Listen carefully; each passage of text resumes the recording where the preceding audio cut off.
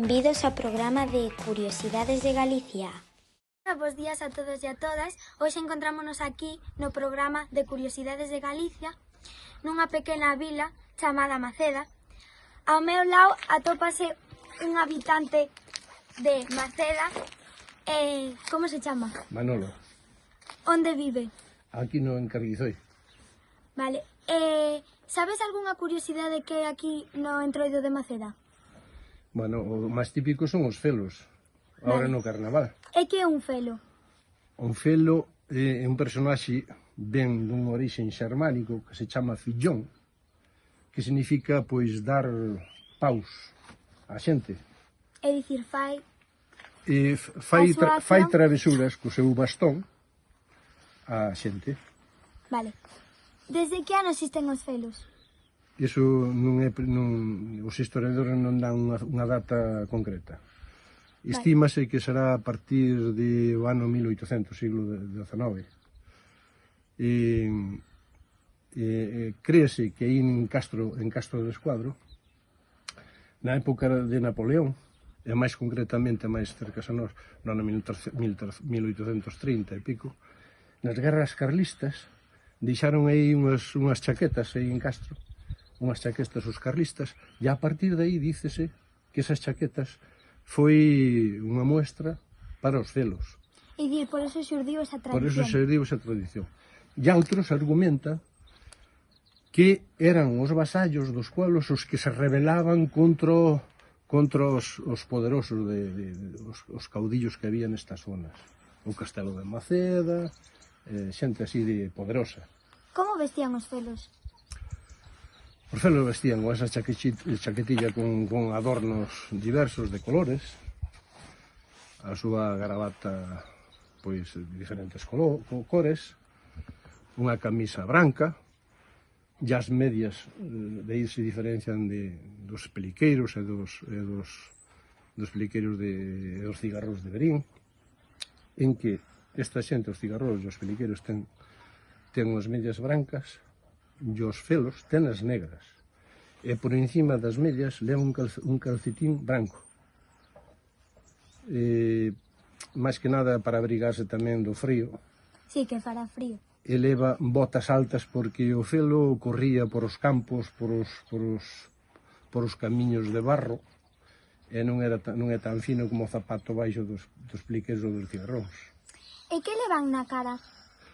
Levan unha máscara feita de madeira, de diferentes tipos de madeira, madeira de abedul, madeira de, que lle chamamos aquí típicamente o amieiro, podese facer de nogado, de bidueiro. O máis normal é que se faga destes árbores que hai alrededor do río, que é o abedul, que é máis blanda, máis fácil de traballar. Eu fago as de abedul. Os felos levan chocas. Os felos levan chocas, a diferencia dos cigarros e os peliqueiros e os cigarros levan 6 e hai que levan 5. E que son? Son uns chocos pois, de 20 ou 30 centímetros, eso depende de onde se compre. É un material de cobre, unha aleación de cobre.